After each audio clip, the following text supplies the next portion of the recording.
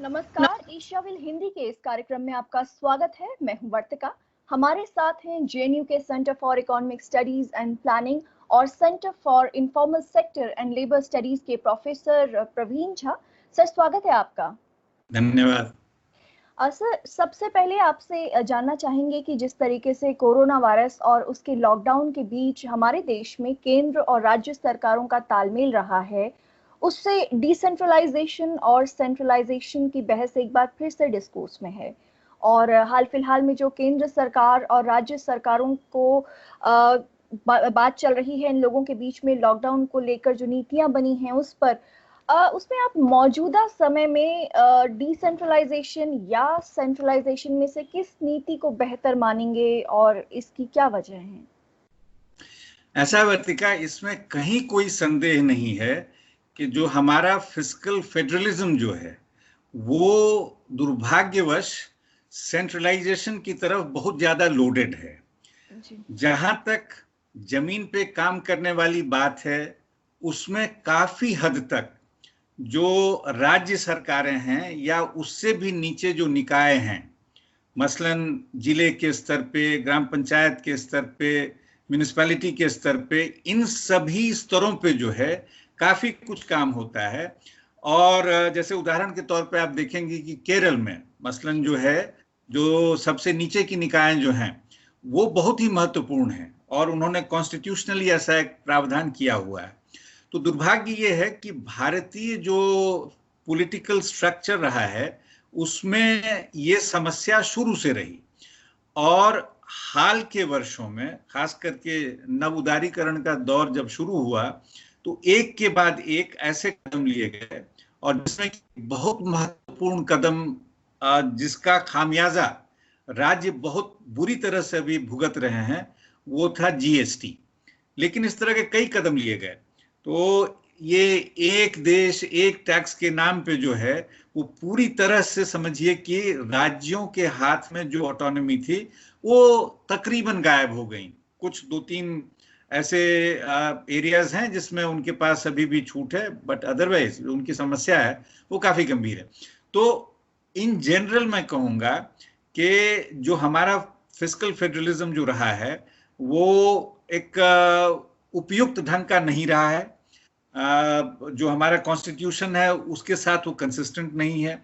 उसके साथ साथ जो नीतियां हुई पिछले तकरीबन 3 दशकों में वो जो है केंद्र को और मजबूत बनाता रहा, राज्यों को कमजोर करता रहा। तो मिला जुला के ये जो स्थिति है बिल्कुल ठीक नहीं है और आवश्यक है कि अभी भी कम से कम इस संकट में राज्यों को बहुत सारे अधिकार दिए जाएं जिससे कि अभी जमीन पे काम करने में उनको मदद मिले।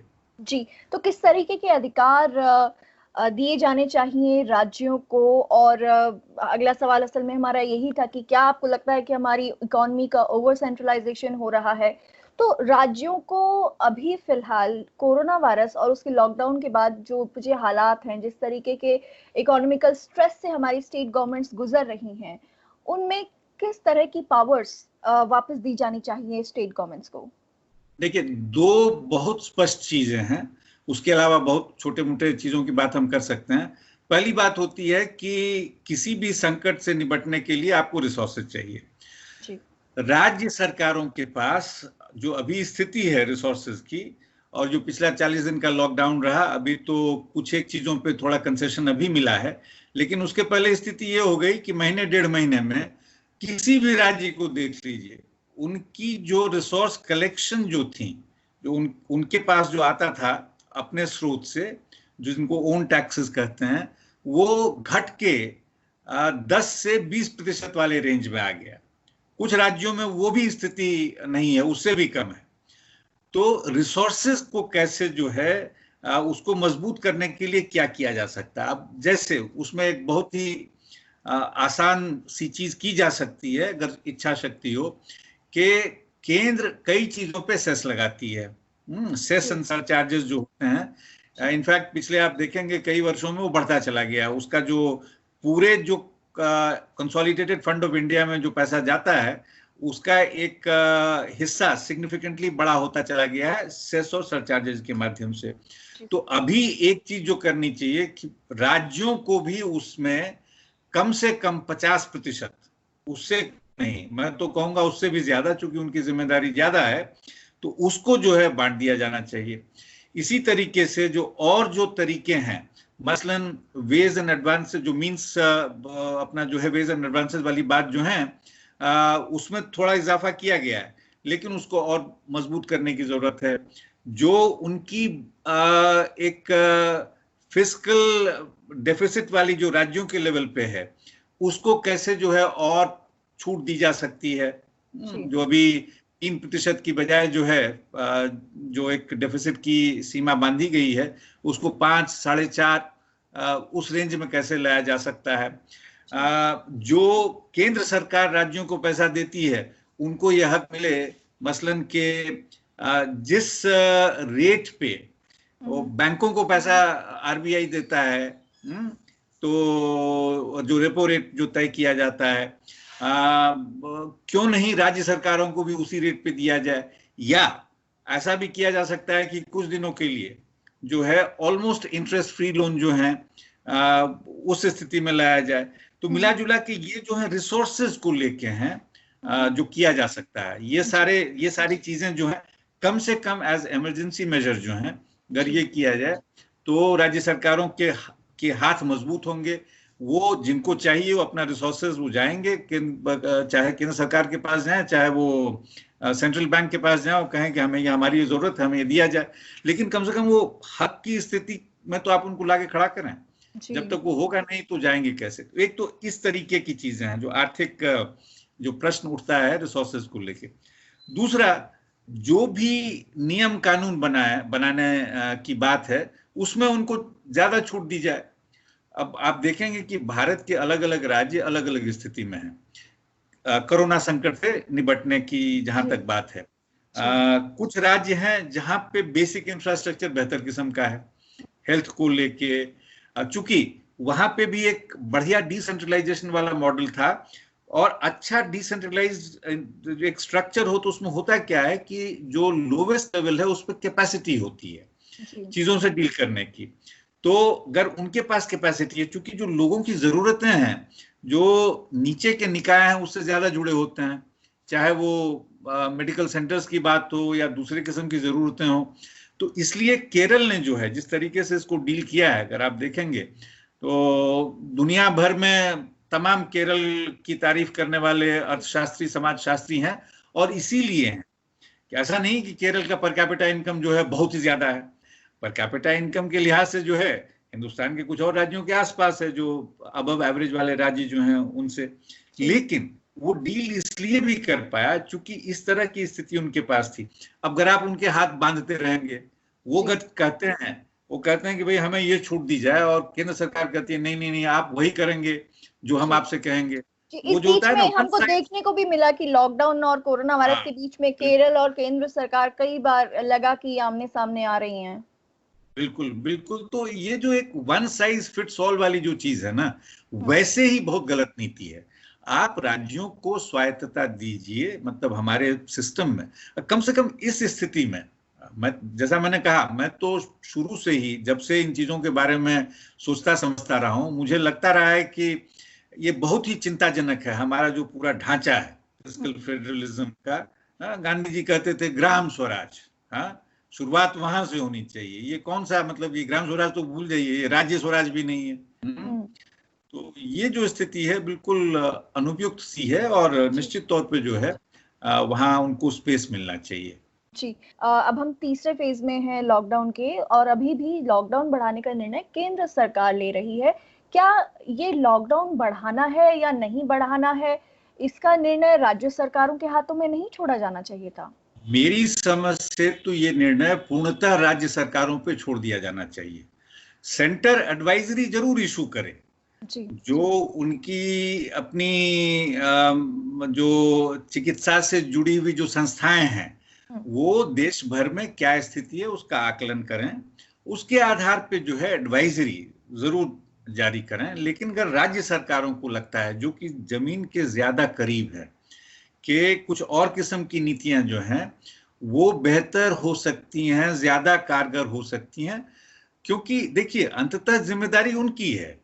सबसे पहले जो लोग पूछते हैं सवाल, अपने सरकारों से ही पूछते हैं, और सबसे पास में सरकार क्या होती है? वही सरकार होती है जिसको आप देखते हैं। जी।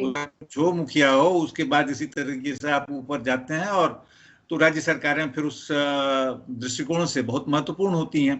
तो जी। ये निर्णय मेरी समझ से तो जो है पूरी तरह से एक चर्चा और संवाद जरूर होना चाहिए, लेकिन इसमें जो है राज्य सरकारों को प्राथमिकता निश्चित तौर पे मिलनी चाहिए। जी।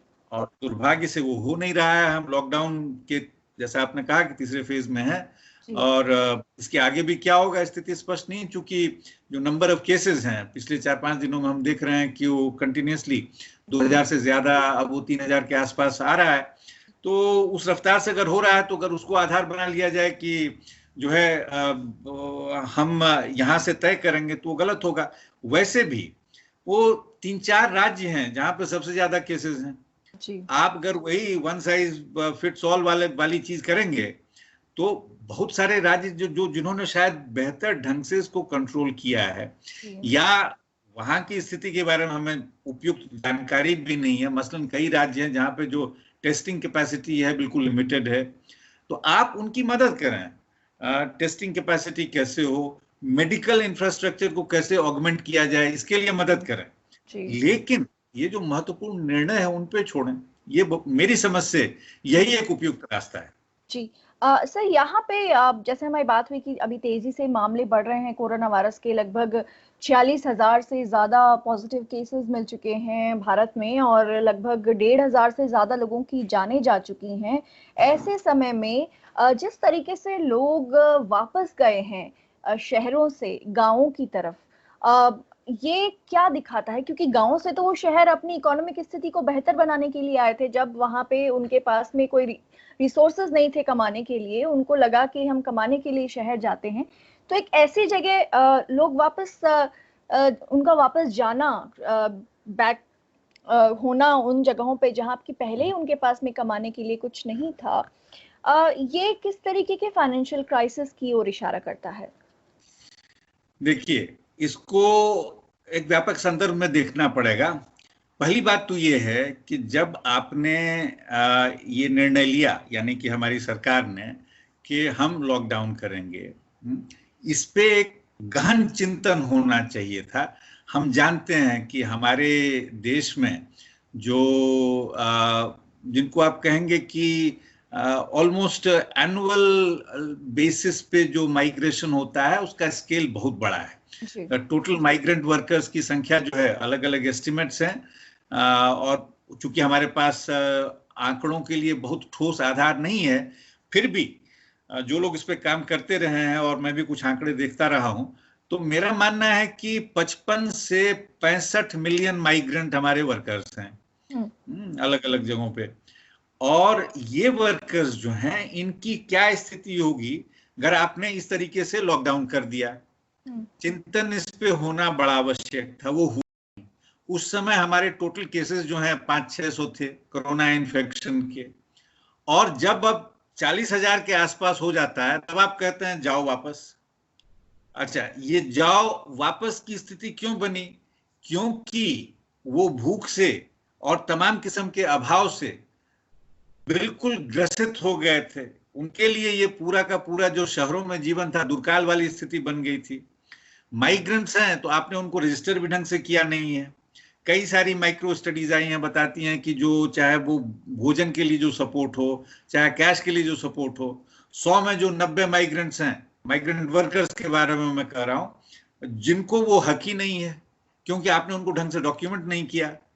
तो माइग्रेंट्स जो हैं, उनको अब जो छूट दी गई, या तो आप पहले दे देते, उसके लिए 3 दिन का, 5 दिन का, 1 सप्ताह का विंडो निकालते कि भाई ठीक है, आप में से जो वापस जाना चाहते हैं चले जाएं, लेकिन सोशल डिस्टेंसिंग इत्यादि का ध्यान रखते हुए जाइए, बचाव करते हुए जाइए। करना उस समय चाहिए था। अभी आपने किया, और इसलिए किया क्योंकि एक जबरदस्त रेबेलियन है माइग्रेंट वर्कर्स का अपनी स्थिति को लेके। ये जो है, इसलिए नहीं कि सरकार ने इस पे कुछ सोचा, बस ये लगा कि भाई इनको जो है कैसे हम कंट्रोल में करें, क्योंकि रेबेलियन जो है कितनी देर तक आप लाठी चला के इसको कंट्रोल में करते रहेंगे। तो इसलिए जो है एक मजबूरी कहिएगा कि सरकारों की, कि उनको लगा कि भाई हम इसको नहीं मैनेज कर सकते हैं, नहीं प्रोवाइड कर सकते हैं, उस वजह से। ये तो संदर्भ है। दूसरी चीज जो सवाल आपने पूछा बिल्कुल सही है। वो कहते हैं ना कि भूख की वजह से वो गांव से निकले थे। इसमें से बहुत सारे लोग, उनकी जो आर्थिक स्थिति थी हाशिए पे थी, जिसको आप मिला जुला के जिनको हम कहते हैं हिंदुस्तान में मजलूम या गरीब किस्म के जो लोग हैं, ये बहुत बड़ा तबका है जिसकी बात हम कर रहे हैं, माइग्रेंट वर्कर्स की।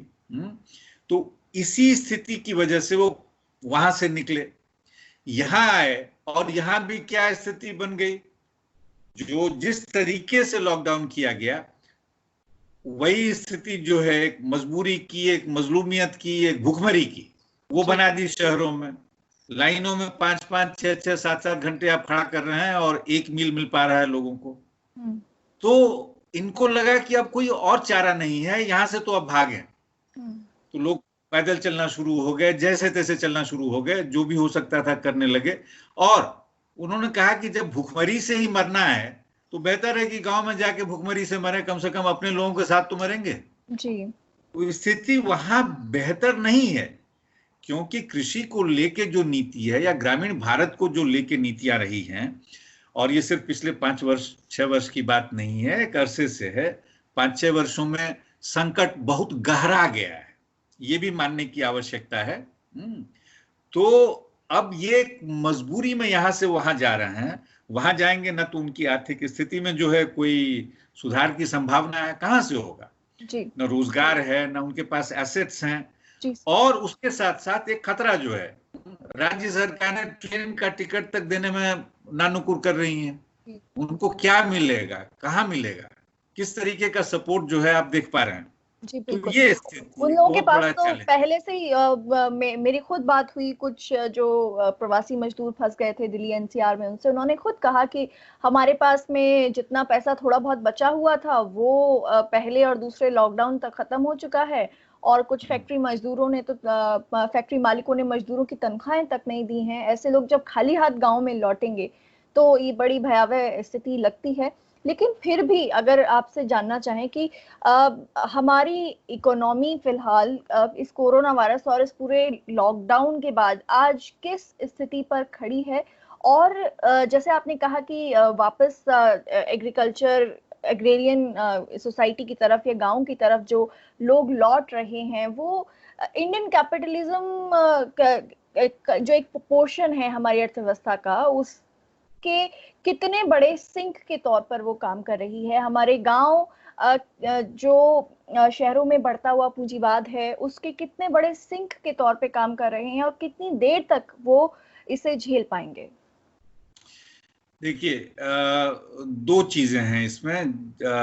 एक तो जो वो गांव जा रहे हैं और वहां पे जो एक सिंक वाली स्थिति है, सिंक वाली स्थिति इसलिए है कि जब कहीं कोई और ऑप्शन नहीं होता है, क्योंकि शहर में आप जो है आपके पास ऐसा भी नहीं है कि अगर 10 केजी अनाज आपके जमीन पे जो उपजा हुआ है वो आप बांट के वहां कम से कम खा लेंगे, आधा पेट खाएंगे, चौथाई पेट खाएंगे, लेकिन हो जाएगा।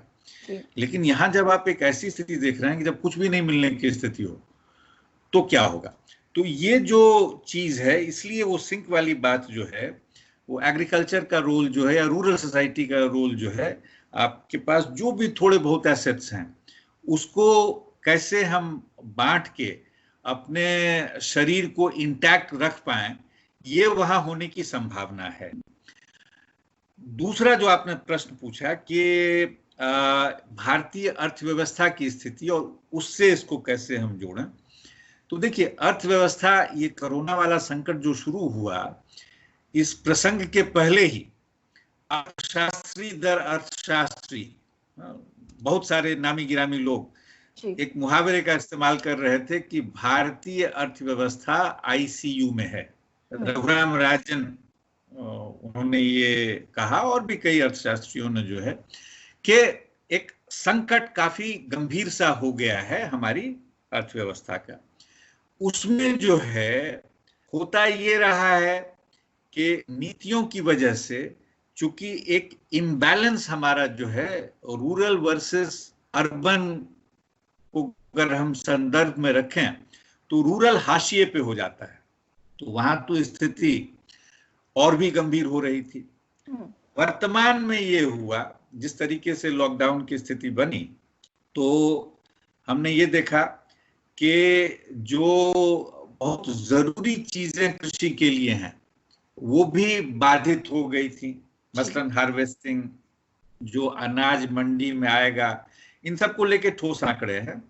तो मिला जुला के स्थिति काफी गंभीर थी। इस क्रम को अगर हम ध्यान में रखें तो निश्चित तौर पर एक बहुत मुश्किल का दौर जो है वो पूरी अर्थव्यवस्था के लिए है, और उसमें ग्रामीण अर्थव्यवस्था के लिए जो और झटका काफी लगा है वहां पे, उसके साथ एमएसएमई को भी झटका लगा है और भी छोटे उद्योग हैं उनको लगा है।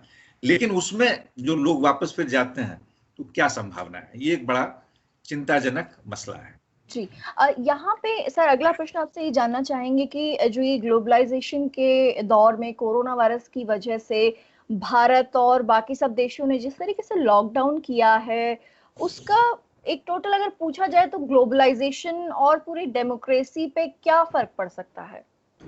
देखिए, जहां तक ग्लोबलाइजेशन वाली बात है, ये तो बहुत स्पष्ट है कि अभी बहुत शोर मच रहा है कि कैसे हम अपने आप को दूसरों से काट के बचाने का प्रयास करें। वो हो रहा है, कहा जा रहा है कि वैसे भी सीमाएं ऐसी बन गई हैं कि आप देख ही रहे हैं कि सिर्फ लोगों की ही मोबिलिटी नहीं बल्कि चीजों की मोबिलिटी में भी काफी कमी आई है। उसके अलावा ये भी हो गया कि जो पूरा का पूरा स्ट्रक्चर था, ग्लोबल स्ट्रक्चर ऑफ प्रोडक्शन जो था, वो काफी बाधित हुआ है। जिसको कहते हैं ना सप्लाई चेन और प्रोडक्शन चेन एक्सेट्रा, वो होना ही था। जब आप लॉकडाउन की स्थिति में हैं तो इस जगह या उस जगह, एक जगह भी कर कहीं कोई गंभीर समस्या हो जाती है तो पूरा का पूरा चेन जो है उस पर इम्पैक्ट पड़ता है। तो एक तो जहां तक इकोनॉमिक ग्लोबलाइजेशन का सवाल है वो इम्पैक्ट होगा ही होगा इससे। जो पॉलिटिकल ग्लोबलाइजेशन है उस पर भी जो है जबरदस्त प्रहार एक तरीके से होंगे। तो ये सब संभावित था। सवाल ये है कि डेमोक्रेसी का क्या हो रहा है। डेमोक्रेसी दुर्भाग्यवश इस पैंडेमिक का इस्तेमाल किया जा रहा है डेमोक्रेसी को कमजोर करने में। और लॉकडाउन एक तरीका है जिसके माध्यम से आप ये कर सकते हैं। जैसा हम लोग पहले बात कर रहे थे कि भाई अगर अधिकार राज्यों को दिया जाए तो शायद वो दूसरे किस्म का लॉकडाउन होगा जिसमें कि शायद डेमोक्रेसी जो है उस पर इतने सारे असॉल्ट नहीं होंगे। हमने दिल्ली में कई चीजें देखी। दिल्ली पुलिस जो है ऐसा है कि कुछ ज्यादा ही एक्टिव रही है कुछ खास लोगों को उठाने में। जी। वो क्यों है उसके वो मतलब ये समय निश्चित तौर पर नहीं था कि आप लोगों को ऐसी धाराओं में बंद करना शुरू कर देते। और जबकि ये कहा जा रहा है कि भाई जेल को डिकंजेस्ट किया जाए, उनको कम किया जाए, और ऐसी स्थिति में तो आप देख ही रहे हैं कि डेमोक्रेसी तो एक तो इस तरीके के जो है हमले होते हैं डेमोक्रेसी पे। उसके अलावा जो लॉकडाउन से जुड़ी हुई और चीजें हैं उसके माध्यम से जो हमले होते हैं, या इस पैंडेमिक का इस्तेमाल करते हुए कि आप क्या बोल सकते हैं क्या नहीं बोल सकते हैं, उनको लेके जो हमले होते हैं, ये सभी हम देख रहे हैं जो अवॉइडेबल था। ऐसा नहीं है कि ये चीजें जो है होनी थी। ग्लोबलाइजेशन जो है डिसरप्ट होता ही होता अगर आपने एक बार लॉकडाउन कर दिया, लेकिन तो वहां पे एक ऑर्गेनिक कनेक्शन है जो ग्लोबल एक पूरी कनेक्टिविटी है, और उसके साथ उसके पीछे एक पॉलिटिक्स है, उस पर हम लोग अलग से चर्चा कर सकते हैं। लेकिन मैं तो सिर्फ एक जो इकोनॉमिक स्ट्रक्चरल कंडीशंस हैं उसकी मैं बात कर रहा हूं कि वो क्यों बाधित होगा ही होगा। लेकिन इससे डेमोक्रेसी जो है बाधित होने लगे, ये तो बहुत चिंता का विषय है। ऐसे समय में तो डेमोक्रेसी को और मजबूत करने की आवश्यकता है जिससे कि आप डील कर सकें समस्या के साथ बिल्कुल ठोस और धारदार ढंग से। और वहीं पे जैसा मैंने कहा कुछ राज्यों में उस तरह की कोशिश है। मैं फिर से केरल का नाम लूंगा जहां हमने देखा, मेरी लोगों से बात होती रही वहां पे, कि कैसे एक लोकल डेमोक्रेसी को स्ट्रेंथन करने की, मजबूत करने की बात वहां है, जिससे जो है, और उसके पीछे मंशा यही है कि हम कैसे इस संकट से बेहतर ढंग से निपटें। जी सर। सर यहाँ लेकिन यहाँ पे ये जो हमने बात की, जो कोरोना वायरस, लॉकडाउन और डेमोक्रेसी के अराउंड जो ये पॉलिटिक्स हो रही है, इस पे अलग से चर्चा की जा सकती है। लेकिन फिलहाल बात अगर की जाए कि सरकार की जो अभी तक नीतियां रही हैं, आर्थिक नीतियां खास तौर से इस पूरे पूरे कोरोना वायरस से डील करने के लिए, उन पर आप क्या कहेंगे? कौन-कौन सी नीतियां ऐसी रहीं जो आपको लगता है और बेहतर हो सकती थी, या क्या और नीतियां हैं जो अपनाई जानी चाहिए? और जो लोग फिलहाल सरकारी पॉलिसीज में, योजनाओं में कवर नहीं हो रहे हैं खास तौर से, उनके लिए सरकार को क्या करना चाहिए? वर्तिका, किसने आपसे कहा कि सरकार के पास नीतियां हैं? मतलब नीतियों की चर्चा तो हम तब कर रहे हैं जब नीतियां हो। जब नीतियों का एक पूर्ण अभाव हो और नीतियों के लिए सोचने का भी पूर्ण अभाव हो, तो हम क्या कह सकते हैं?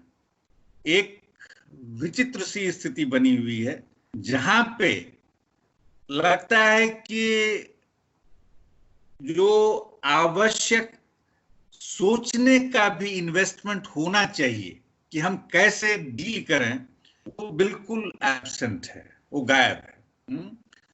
क्या हुआ? नीतियों के नाम पे कहा गया कि हम ये एक पैकेज दे रहे हैं, 1.7 लाख करोड़ की जो बात आई थी।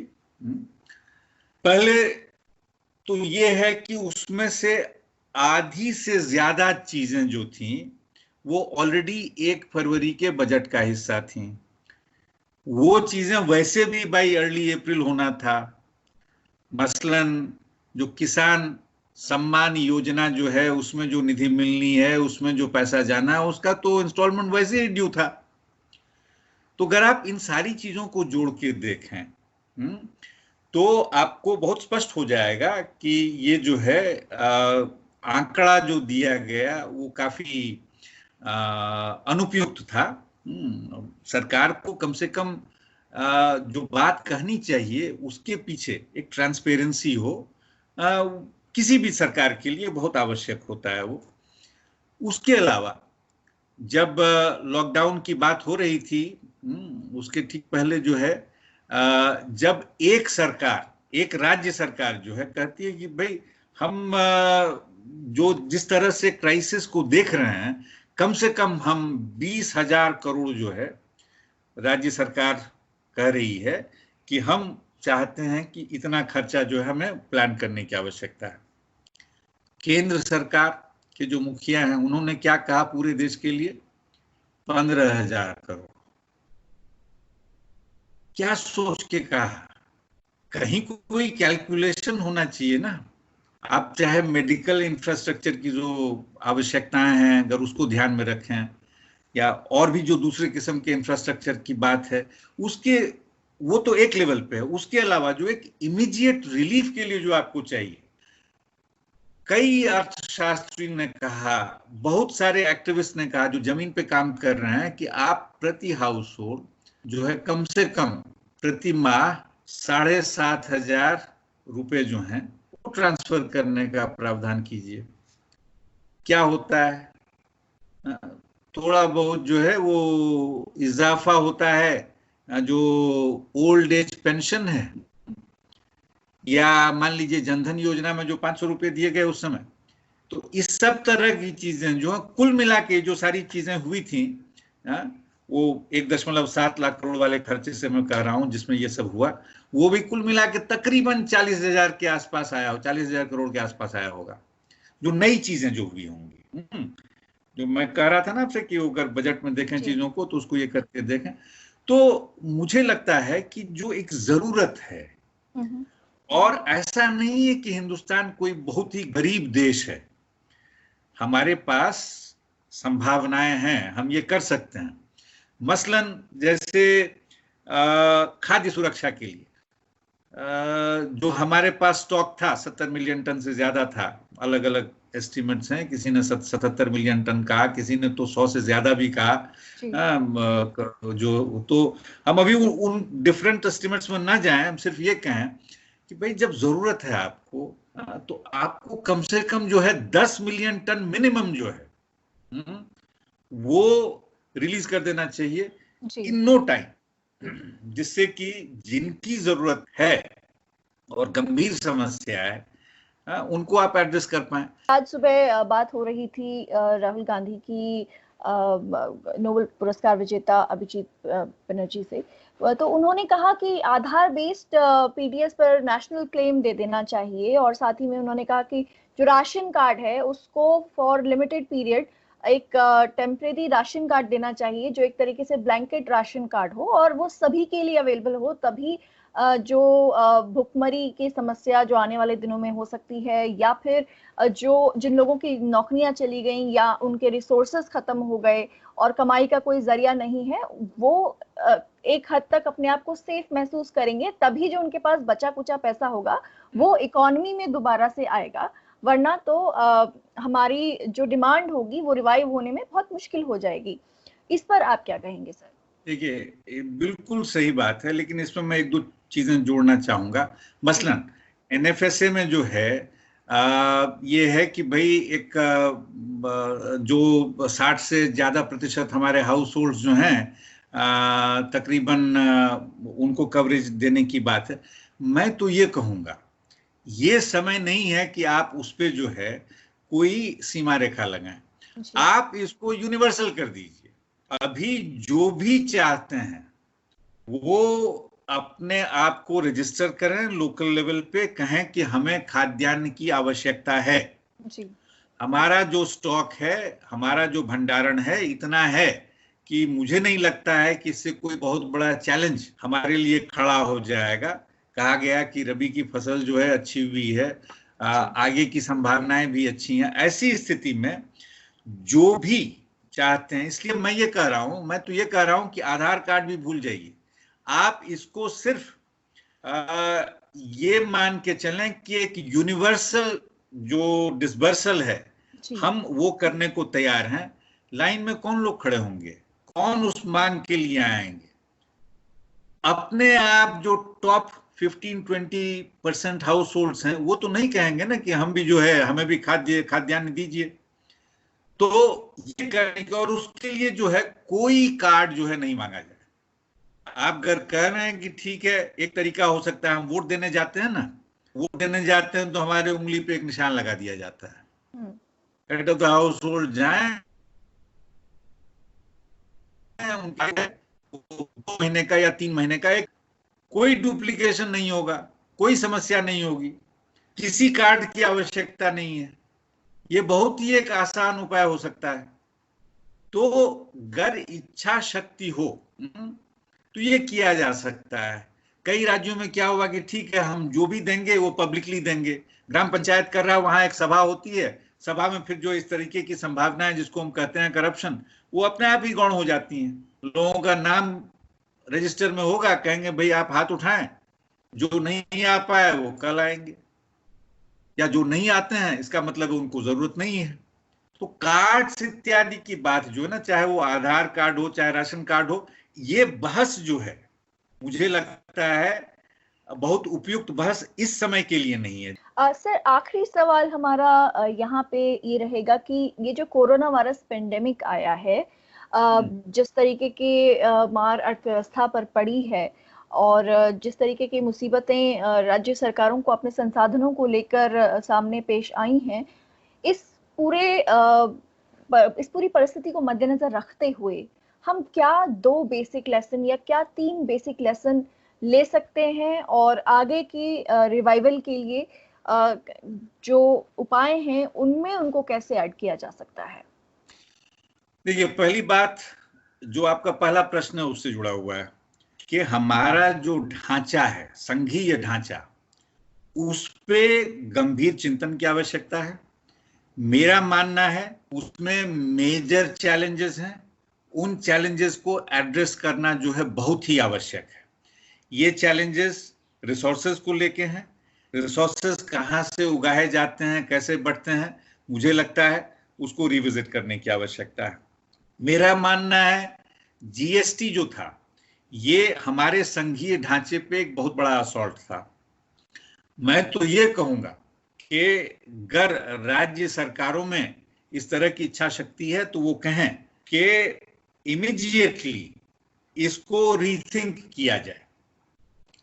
इस अनुभव से उन सब ने सीखा है, और मैं तो यही आशा करूंगा कि वैसे भी मैं आपका ध्यान इस पे आकर्षित करना चाहूंगा कि कॉन्स्टिट्यूशन के जो हमारे नॉर्म्स थे, एक तरह से उसके खिलाफ था ये, इस तरीके का जो जीएसटी जिस तरीके से हमारे यहाँ हुआ। लेकिन चलिए उसको हम फिर किसी और बहस के लिए रख सकते हैं उस विषय को, लेकिन उस पे क्या हो सकता है। तो एक जो पूरा सेट ऑफ इश्यूज हैं वो संघीय ढांचे को लेके हैं, कैसे उसके बारे में ये किया जाए। दूसरी जो सबसे बड़ी चीज है कि जो ये पिछले 3 से 4 दशक के दौरान जो हमारी जिसको आप कहिएगा कि बेसिक इंफ्रास्ट्रक्चर, उसको जैसे हमने कमजोर किया, मसलन हेल्थ इंफ्रास्ट्रक्चर में जो इन्वेस्टमेंट्स हैं, मसलन उसका जो पूरा का पूरा रुझान और रुख रहा वो प्राइवेट सेक्टर की तरफ चला गया, तो कैसे उसको फिर से हम ठीक करने की स्थिति में आए। तीसरा, कैसे ग्रामीण भारत जो है उसकी स्थिति मजबूत की जाए। जिस तरीके से हमने देखा कि एक बहुत बड़ा हिस्सा इस परेशानी में जो है अब यही सोचता है कि हम भाग के वापस वहीं जाएं, और जैसे हमने चर्चा की वो सिंक वाला रोल जो एग्रीकल्चर प्ले करता है, रूरल इकोनॉमी जो करती है, तो उसको हम सिंक बनाने की बजाय क्यों नहीं उसको हम ग्रोथ पोल बनाएं। क्यों नहीं हमारा जो पूरा का पूरा मॉडल है, हम गांधी जी को राष्ट्रपिता कहते हैं, क्यों नहीं उन्होंने जो आज से समझिए कि 100 वर्ष से पहले जो अपनी पुस्तक में एक आग्रह किया था कि भाई हमारा जो डेमोक्रेसी जेन्युइन तभी होगी जब हम ग्राम स्वराज की स्थिति में होंगे। ठीक है, आप गांधी जी की परिकल्पना से अलग हो सकते हैं, अलग किस्म की सोच हो सकती है, लेकिन ये तो ना हो कि जो इम्बैलेंस हमने देखा है, और ये खास करके पिछले जो 3 दशकों में जो हमने देखा, तो क्या उसको रेक्टिफाई करने के बारे में हम सोच रहे हैं। एक तरफ, और इससे मैं बात खत्म करूंगा, प्रधानमंत्री जब सरपंच से बात करते हैं, ऑनलाइन सरपंचों से बैठक हुई थी, आपको याद है उन्होंने क्या कहा उसमें? उन्होंने कहा कि सेल्फ रिलायंस, ये सिर्फ जो हमने इस कोरोना संकट से सीखा है, ये सिर्फ हमारे देश के लिए नहीं बल्कि सबसे निचली जो निकाय है वहां तक बहुत महत्वपूर्ण है। वो सेल्फ रिलायंस जो है वो गांव के धरातल पे होना चाहिए, और तमाम जो अलग अलग टीयर्स हैं, लेवल्स हैं, उस पे होना चाहिए। एक तरफ तो हम ये कहते हैं, जो एक महत्वपूर्ण लेसन, अगर ये लेसन सही ढंग से सीखा जाए तो बड़ा महत्वपूर्ण होगा। 2 दिन बाद बैठक में क्या कहते हैं अपने मंत्री गणों की बैठक में? ईज ऑफ डूइंग बिजनेस, ये सबसे महत्वपूर्ण चीज है हमारे लिए। कैसे पैसा जो है हमारे यहाँ बिना किसी रिस्ट्रिक्शन के फ्लो करे। आप दोनों बातें नहीं कर सकते हैं, दोनों बातें जो हैं एक दूसरे के तारतम्य में नहीं है। तो वही मैं कह रहा हूं कि जहां तक लेसन्स का सवाल है ना, लेसन्स बहुत स्पष्ट हैं वर्तिका। इसमें सवाल ये है कि हमारी इच्छा शक्ति है क्या कि हम इनको सुने। जिस किस्म के, और ये आखिरी बात, बिल्कुल आखिरी बात, समय मैंने बहुत ले लिया आपका, कि जो रिसोर्स इंजेक्शन चाहिए अभी एक बहुत ही बड़े स्तर पे जो है उस इंजेक्शन की आवश्यकता है।